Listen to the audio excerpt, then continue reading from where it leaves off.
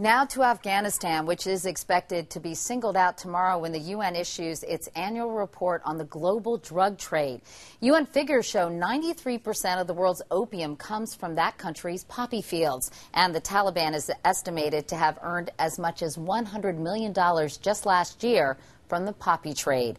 The U.S. has spent 10 times as much trying to wipe out the problem with little to show for it. Here's our chief investigative correspondent, Armin Katayan. It's been called the world's deadliest flower. Because that flower turns into heroin, which turns into money. That money turns into weapons used against us. Eric Sharapita spent a year supervising a small army of private contractors and hundreds of Afghans cutting down fields like this all over the country at a cost of more than $6,800 per acre. But despite their best efforts and more than $1 billion in taxpayer dollars poured into this war on drugs on all fronts since 2004, poppy production is up 300% in the last 6 years. It now totals more than 470,000 acres, roughly the equivalent of a 1-mile-wide poppy field stretching from Philadelphia to Chicago. What you're looking at in Afghanistan is a colossal missed opportunity. Former Assistant Secretary of State Robert Charles, who authored the poppy policy, now tells CBS News it missed because it never went on the offensive. My biggest fear was that we would end up where we are today, with record harvests and just 10% of the crop eradicated, 1/3 of what experts say is needed to make a difference. And Charles is hardly alone. Listen to Secretary of Defense Robert Gates. I think it's patently obvious that we have not been successful in the counter-narcotics effort in Afghanistan. In the end, it appears the only big winners are private military contractors like DynCorp, paid over $200 million to destroy these fields.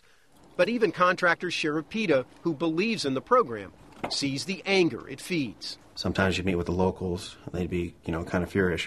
You're taking money and food out of their mouths. I've talked to elderly people who, said they might as well have just run over me with the tractor because how am I going to feed my family? For the last 3 years, Norine MacDonald has lived among southern Afghans and seen the U.S. poppy policy backfire, she says, from the ground up, watching farmers who had their fields wiped out switch their sympathies to the Taliban.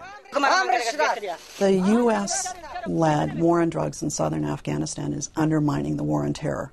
One, it's absolutely conclusive. MacDonald's European-based advocacy group, the Senlis Council, proposed an alternative, a pilot project where farmers grow poppies legally to produce morphine for medical use. While there's growing support abroad for her idea, it met a stone wall at the State Department. We wanted to talk to the State Department official in charge of the poppy program, Ambassador Thomas Schweik, but he canceled our interview at the last minute, and the agency said no one else could do it because no one else feels comfortable talking about the subject. Little wonder, despite all the money spent trying to eliminate their cash crop, U.S. military analysts say the Taliban is growing in strength.